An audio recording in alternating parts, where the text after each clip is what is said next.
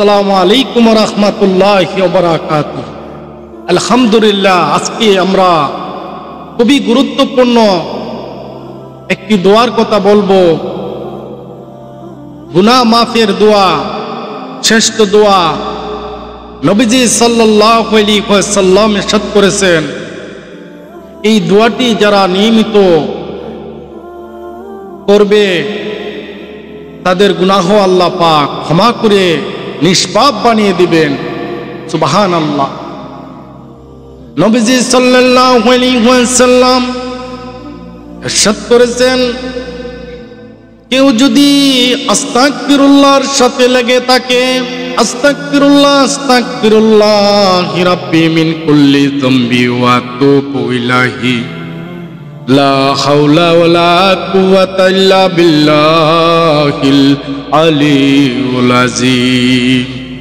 এই দোয়াটি যদি কমপক্ষে দৈনিক 100 বার পড়ে, যেই ব্যক্তি কমপক্ষে দিনে 100 বার এই দোয়াটি করে, আল্লাহ পাক রব্বুল আলামিন তার প্রতিদিনের গুনাহ প্রতিদিন ক্ষমা করিয়া দিবেন।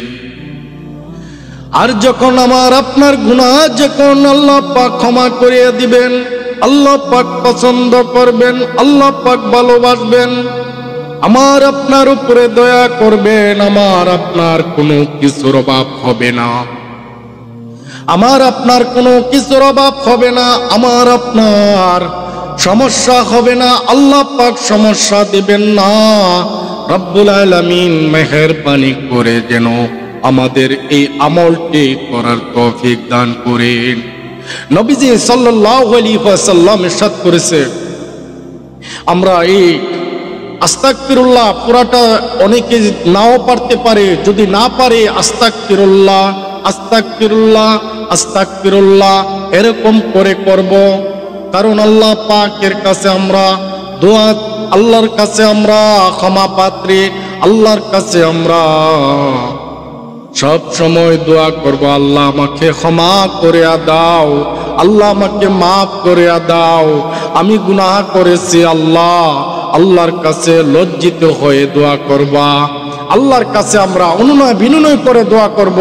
আল্লাহ পাক রব্বুল আলামিন অসীম দয়ালশীল, আল্লাহ অনেক দয়ার মালিক, আল্লাহ পাক আমাদেরকে দয়া করে আমাদেরকে ক্ষমা করিয়া দিবেন ইনশাআল্লাহ।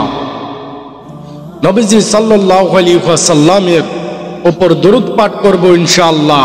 আল্লাহ পাক যেন আমাদের সকলকে আমল করার তৌফিক দান করেন।